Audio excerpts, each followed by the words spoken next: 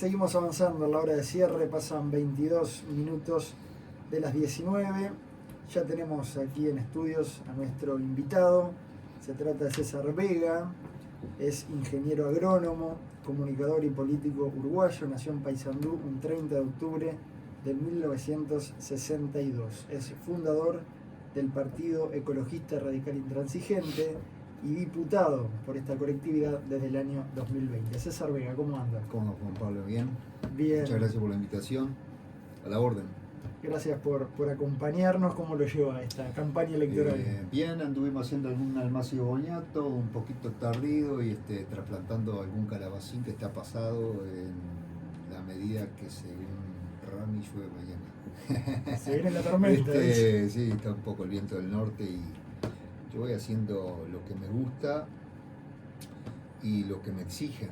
Esto de la política para nosotros fue arrancar un camino inesperado, pero lo estamos haciendo con toda la responsabilidad que se pueda, y esto de estar en contacto permanente con la tierra, en mi caso, o sea, en la realidad, con la realidad, es lo que para mí saca de una persona un buen político, que no lo soy porque no vengo de la raza, pero definitivamente estoy integrado al sistema. Y al estar en contacto con mi realidad, hay otras, en ciudades, me parece que es mejor. Aclara las ideas. Sí, claro, la tierra es sanadora, por otro lado. Ahí, y increíblemente ya estamos hablando de política. Es lo que no entiende mucha gente.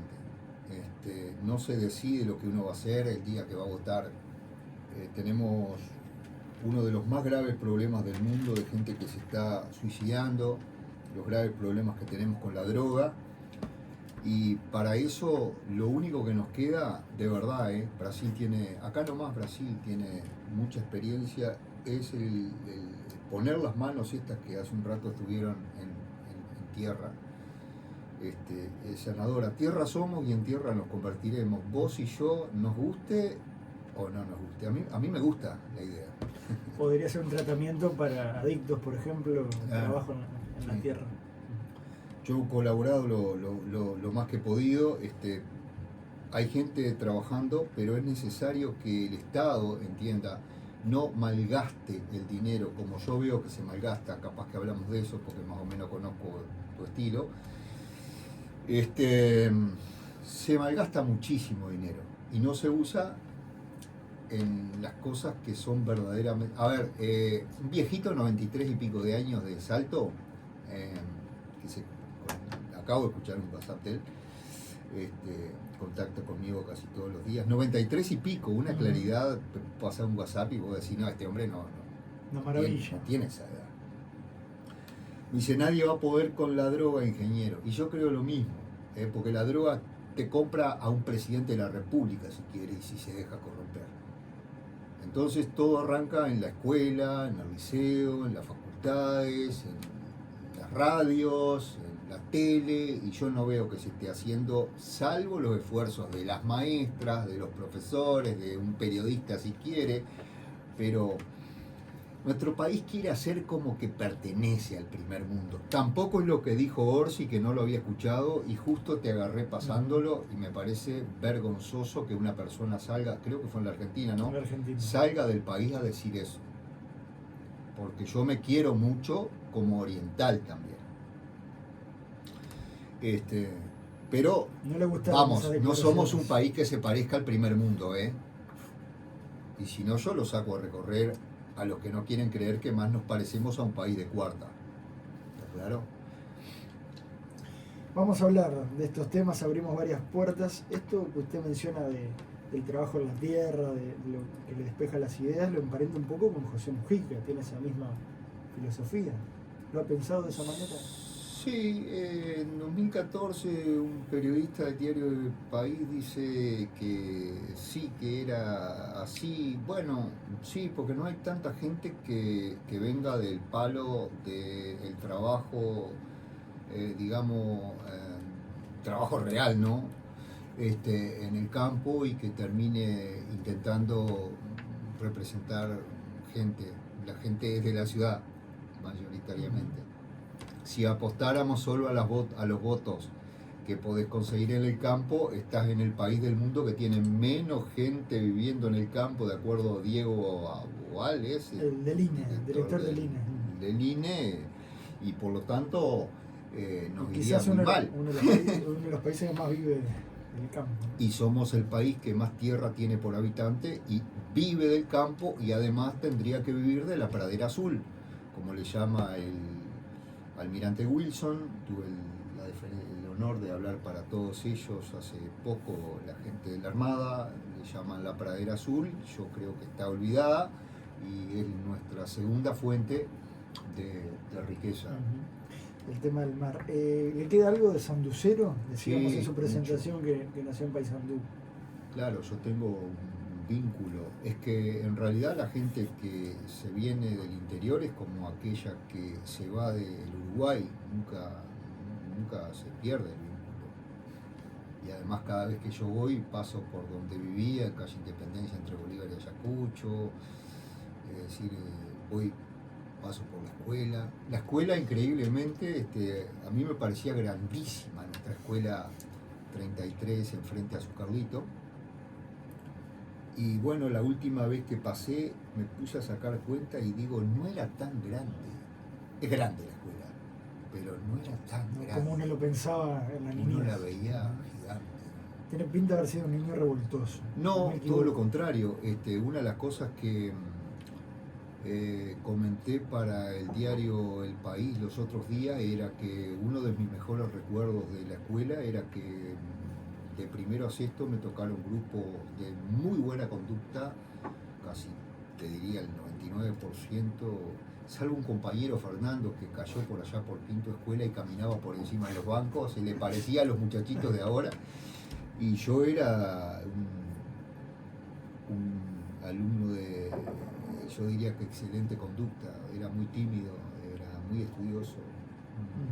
Me llama la atención. Muy callado era. Del PERI, ¿no? El Partido Ecologista Radical Intransigente. Siempre me llamó la atención la palabra radical. Bueno, entonces vamos con los regalos. ¿Por qué lo utiliza? Acá te dejo el libro con la historia, segunda edición, con los proyectos de ley, los 7 que presentamos. La primera no los tenía, esta segunda los tiene. A 10 años del PERI está Giancarlo Albano, hizo este trabajo para recibirse de antropólogo. Me encontré con el profesor Guigú, que se lo corrigió y dice que fue muy buen trabajo, estamos orgullosos. Él me siguió por todos lados, chacra, donde fuera, y acá está. ¿Y por qué radical? Y te voy a dejar Los derechos no se mendigan para la compañera, capaz que de las mujeres del barrio Ituzaingó, Argentina. Este libro no va a estar en Uruguay, mujeres contaminadas por agroquímicos tóxicos. Y pienso que te va a venir muy bien. Tenemos un montón de la Constitución de la República Oriental, como periodista que a veces anda por el Palacio Legislativo. Radical, intransigente. Le cuento a la audiencia que me está regalando unos libros. Sí, cuando nosotros nos reuníamos hace 12 años para ver si esto salía,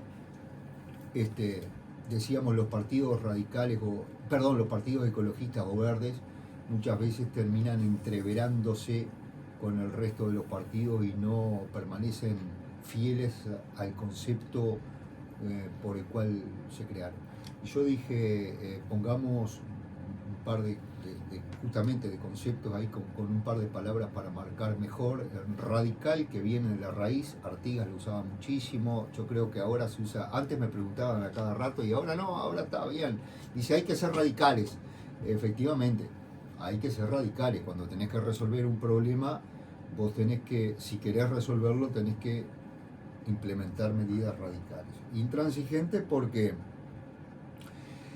hay cosas que los ecologistas no pueden negociar. Yo no te puedo negociar el porcentaje de contaminación de UPM al Río Negro, y por eso tenemos la denuncia ampliada, o sea, denuncia y ampliada por 2 de los más grandes, de más de 10 veces que contaminó el río UPM. No podemos nosotros decir una plantita de energía nuclear. No es no a la energía nuclear, teniendo como referencia Chernóbil, Fukushima, Three Mile Island y otros casos en el mundo, ¿no?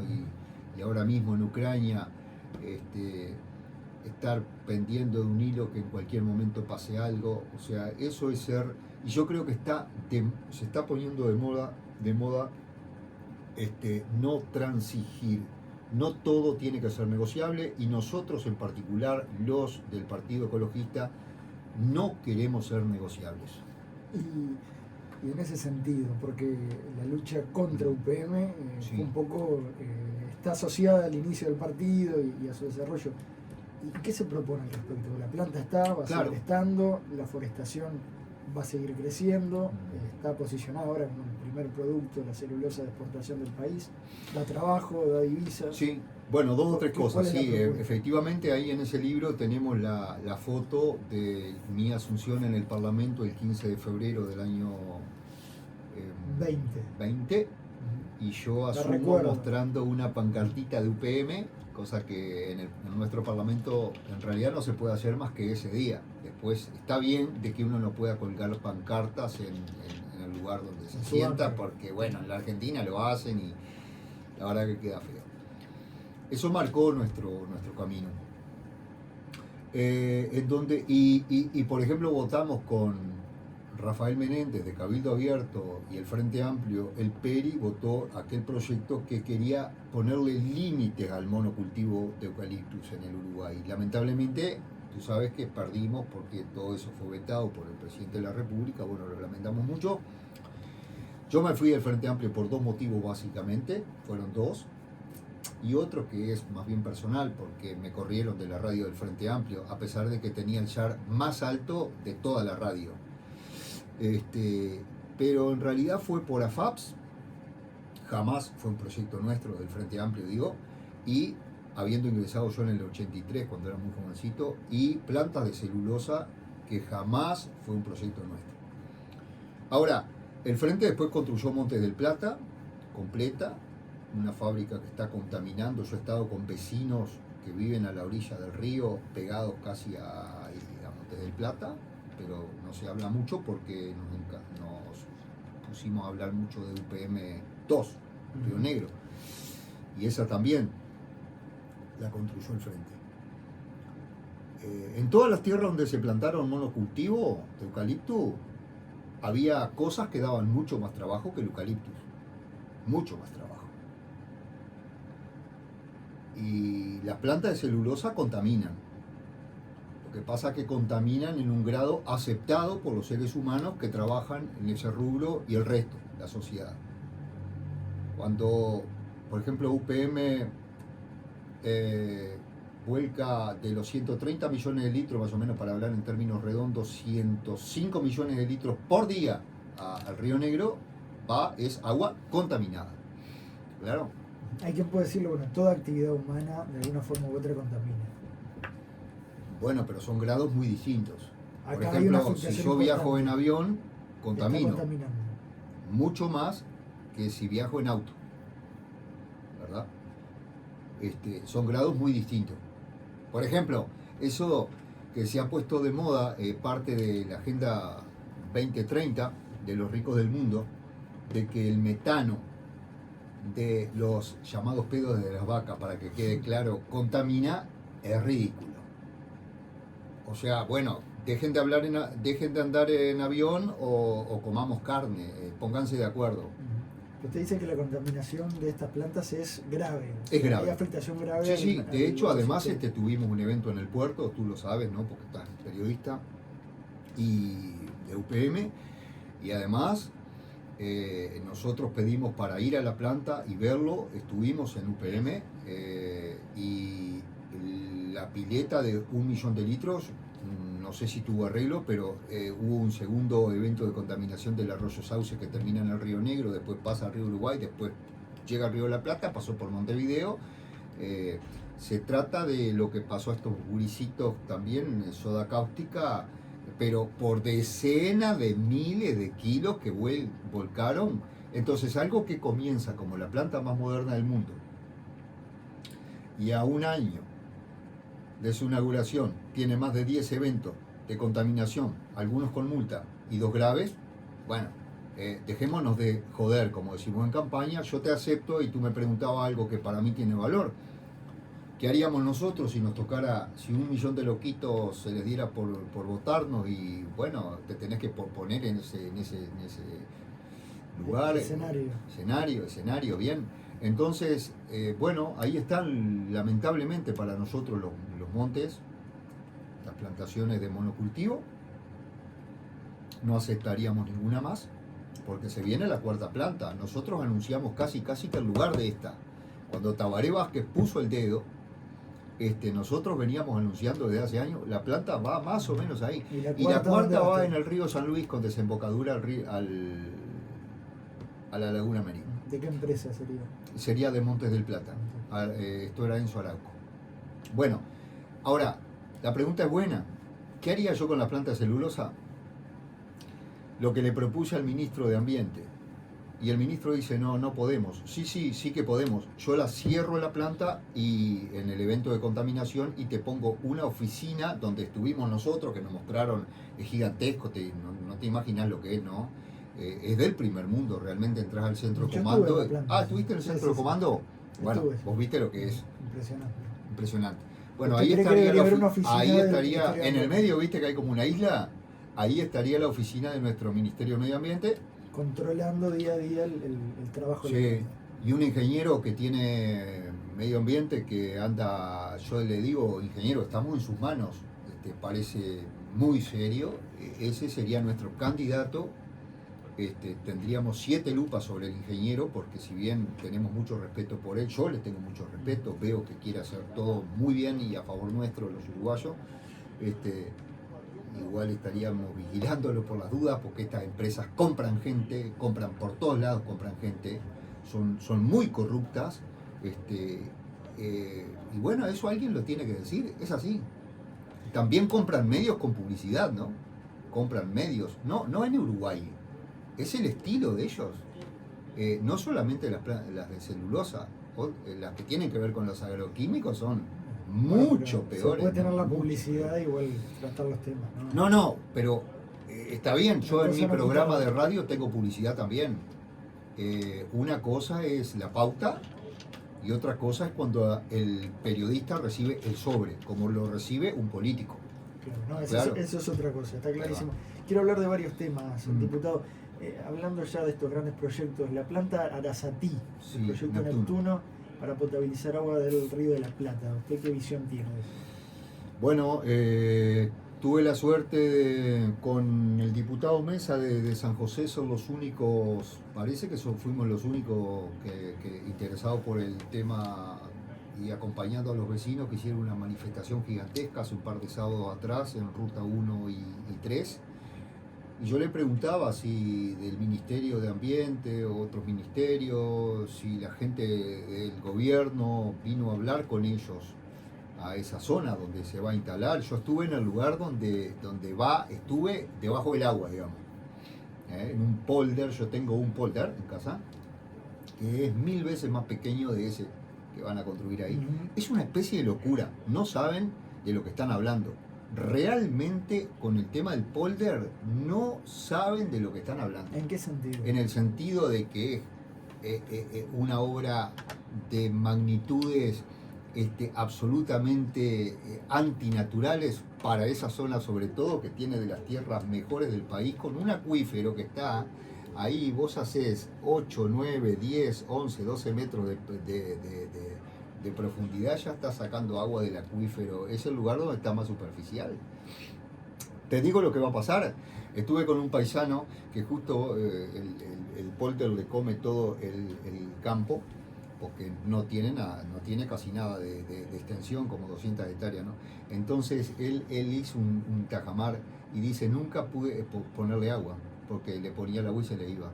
Entonces yo le decía a Adrián Peña, ese día estaba Adrián Peña siendo interpelado, yo le decía, tómese todo el tiempo del mundo, ministro, ahora hay agua de sobra. Ayer lo escuché al presidente de la voz en la radio competencia de ustedes, diciendo que justamente tenemos agua de sobra.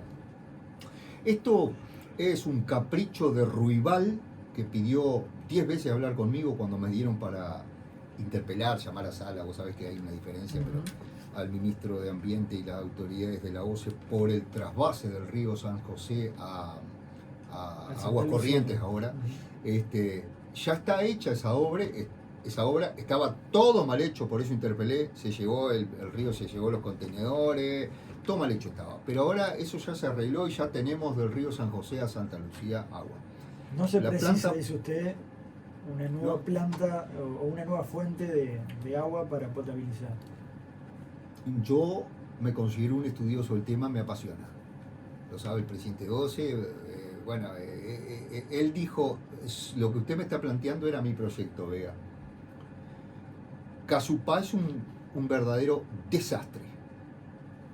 El planteo del Frente Amplio. De construir la represa de Casupá. Sí, porque esa agua es la primera que llega corriendo, no parada en una represa o en un polder, corriendo es la primera que llega a Aguas Corrientes. Es el brazo derecho del río Santa Lucía. El izquierdo, que era el río San José, ahora ya está bien esa obra. Se corrigieron todos los detalles. Lo canalizaron, digamos. Se lleva hasta Aguas Corrientes. Ahora, si quisieran traer agua, la tienen que traer bruta, que era el proyecto del presidente 12, lo dijo a mí, desde Arazatío, desde más lejos, para ahorrarse todos los problemas de salinidad y contaminación. Desde más lejos. Pueden traer el agua bruta hasta Aguas Corrientes, y en Agua Corriente, si quieren del otro lado del río, construyen la nueva planta, 0 kilómetros de potabilización de agua. Esa es la para mí, si yo, pero claro, están estas empresas, y sobre todo el señor Rubival, que se ha adueñado de la obra pública, se quedó sin trabajo en la planta de celulosa y arrancó con estos proyectos. De la empresa SACEM. Exacto. Y las otras, del consorcio. Entonces ellos plantean estas ideas y les otorgan, como hacía López Mena, lo mismo. Les otorgan el negocio. Pero esto nos cuesta carísimo a los uruguayos, se los quiero advertir. Se los quiero advertir porque nos cuesta como 3 veces más que el negocio de Rubival y de estas empresas de el trencito de UPM. La vía. $500.000 por día estamos pagando y viste que la vía no se está usando, ¿no? Pero ya estamos pagando. ¿La usa UPM? No la está usando UPM. ¿El tren central? Dice sí, el tren central no está corriendo. La celulosa está viniendo en camiones. No, pero algunos trenes. Yo los veo. Sí, algunos trenes de prueba. No está circulando como tiene que circular el tren para traer la celulosa. $500.000 por día nos cuesta a los uruguayos, por 15 años nos va a costar eso. El financiamiento de esa vía. Vega, usted cuando ingresó en la Cámara Baja propuso cerrar la Cámara de Senadores, cerrar algunos ministerios, es decir, achicar el gasto. Ahora, en este año electoral, ya el Parlamento deja de funcionar. Hay una comisión permanente, obviamente, pero desde septiembre y hasta que asuma la nueva legislatura, en febrero.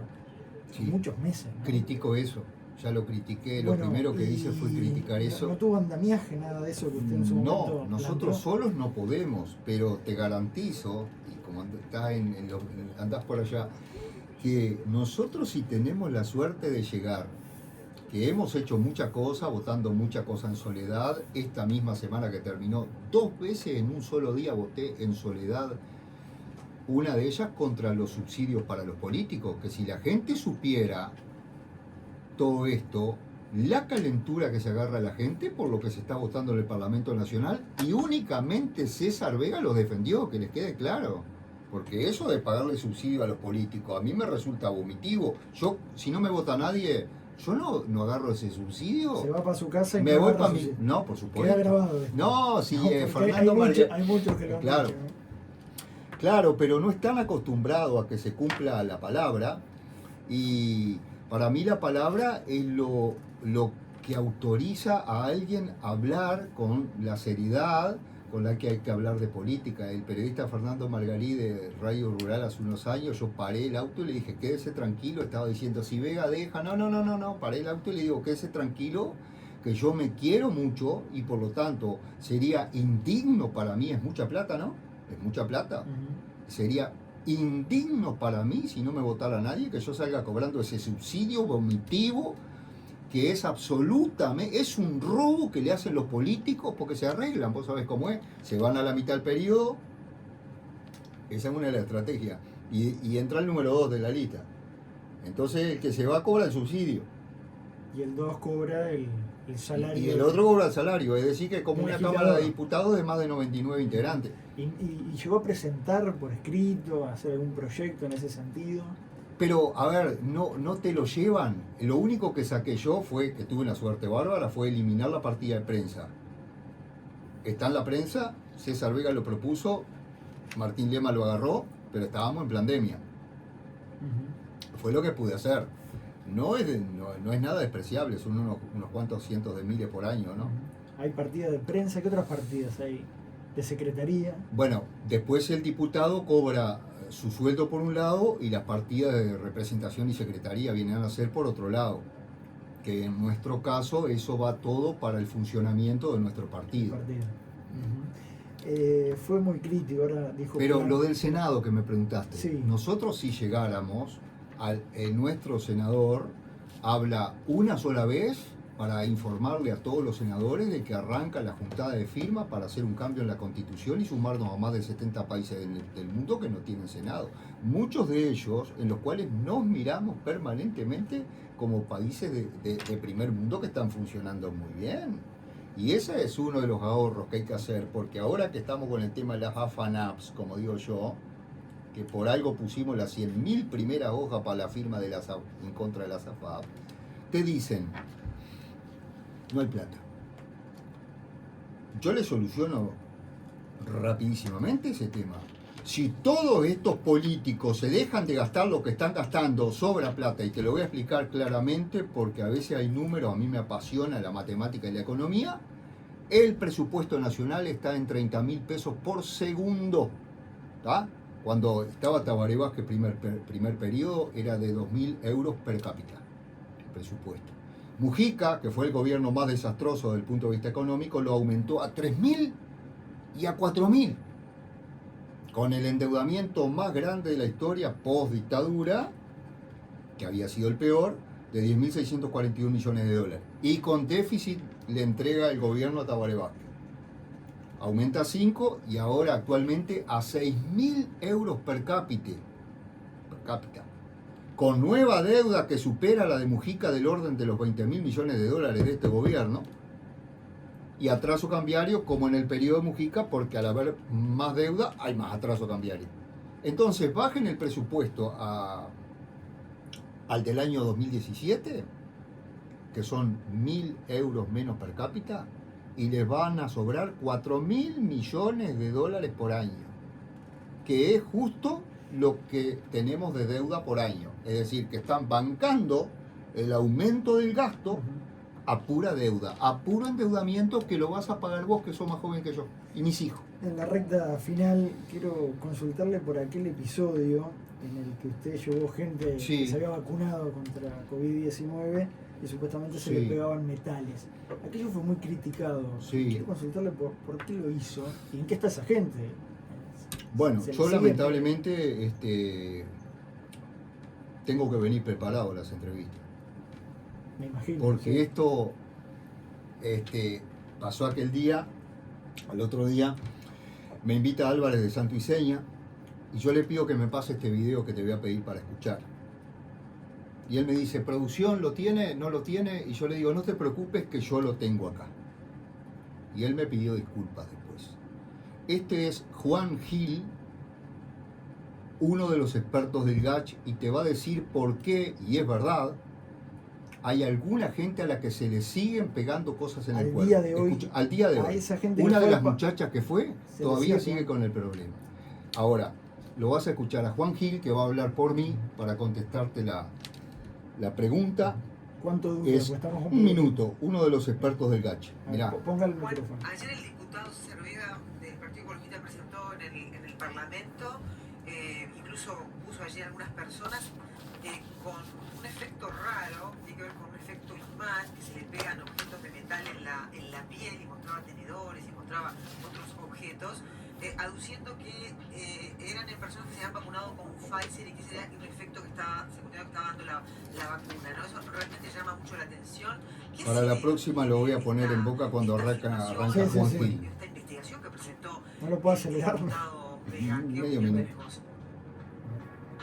No la vi, pero ya teníamos, ya estábamos en conocimiento, porque es un componente de la vacuna que genera que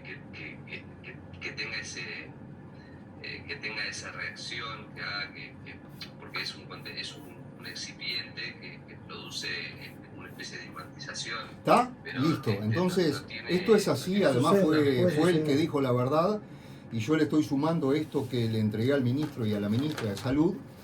Es el informe Rancor que dice que 1 de cada 800, te voy a dejar un ejemplar porque la mañana me regaló un lote, yo lo publiqué en la mañana en Brecha y en Búsqueda. Fíjate, 1 de cada 800 de lo que se dio la Pfizer ya se murió. Entonces, para discutir conmigo, pero no tú, Juan Pablo, que sos un periodista que yo respeto mucho, y a la casa, a Sarandí. No, yo aparte lo respeto como y además ese llamó en su momento. Sí, más o menos Japón hizo los mejores estudios, yo estudio muchísimo. Pero está vinculado a la vacuna, ese 1 cada 800. Está vinculado a las partículas de nanopartículas de hidróxido de grafeno que no solamente se están usando en las plataformas de producción de esta vacuna, sino en muchos, que era mi tema, por eso entré rápidamente, sino en muchos agroquímicos, y que está produciendo este problema. Es un problema. Y acá hay un capo. ¿No salvaron vidas? Sí, puede ser, pero tenemos 15.214. Aparte de los que murieron por COVID, tenés 15.214 a diciembre del año 2022, que fue lo que yo le pedí a la ministra Rando que me contestara y no quiso, muertos por vacuna COVID, que te cierra exactamente con los datos de Bayer en Estados Unidos o de Eudra Vigilance en Europa. 15.214 muertos por haberse vacunado. Capaz que sí, que salvaron vidas, puede ser, pero lo que sí es real es que murió mucha gente por haberse aplicado esta vacuna. Yo no soy un antivacunas, no me vacuné. No es anticiencia tampoco, no es un discurso anticientífico. Pero yo soy un científico en lo mío y me apasiona tanto que me metí sin querer estudiando agroquímicos tempranamente, también con la ivermectina, que es lo que decía DARPA del ejército de los Estados Unidos que debiera haberse usado, y es lo que yo tomé en el Parlamento para que se viera. Y tenés un capo acá, que yo me lo sé de memoria, que es Foladori. Y lamentablemente yo veo que no tenemos unas ganas de ser más científicos y decir, nosotros tenemos a Foladori et al, de la Universidad de la República et al, quiere decir sus colegas, sus colegas, y hay estudios maravillosos del 2008 y del 2012 con respecto a este asunto, y resulta que nosotros estamos negando, cuando a alguien se le pegan cositas en el cuerpo, estamos negando un efecto que es real. Lo dijo la productora Patricia Martín, ella misma pone las cosas en el cuerpo de la muchacha y dice, sí, algo se le pega. Pero yo lamento mucho que la población a veces no quiera entender que esto es un grave problema para muchísima gente y se ría como se le reíó caras y caretas de mí. A mí me importa bastante poco que se rían de mí si yo considero que vengo a aportar a la sociedad. Da para seguir hablando y vamos a conversar nuevamente. Sé que es imposible tratar estos temas en 30 segundos, pero le pido síntesis porque estamos llegando al final. Allanamientos nocturnos. Firmé, porque estoy de acuerdo, porque es un plebiscito que sale con firmas de legisladores. Hay que explicarle a la población que a veces no lo sabe. Yo firmé porque si me lo hubiera presentado el Frente Amplio también lo firmo. Porque cuando yo pedí para traer al ministro de Salud Pública al Parlamento, no me quisieron firmar. En cambio yo les pago firmándoles para que haya un plebiscito. Estoy más a favor que en contra, pero todavía estoy decidiendo, porque están viniendo justamente a la radio acá, los he escuchado, están viniendo algunos expertos que plantean algunas dudas. Si fuera en la reglamentación, mejor dicho, no reglamentación porque eso se tiene que diseñar en el Parlamento, así como el tema de las AFAPs, que ojalá que ganemos en contra de las AFAP. Si fuera que dice que va a ser para los casos de narcotráfico y en presencia del juez o del fiscal, yo estoy de acuerdo. Ahí sí. Haría esa salvedad. Esa salvedad, para mí es importante. En una palabra, Yamandu Orsi. Me encontré con él en la calle San José los otros días. ¿Por qué? No, ¿cómo lo ves? Y yo les deseo muy buena suerte a ambos. Yo creo que acá es muy importante que la población sepa, porque hay plebiscitos que se van a redactar en las cámaras, que la elección más importante es la del 27 de octubre.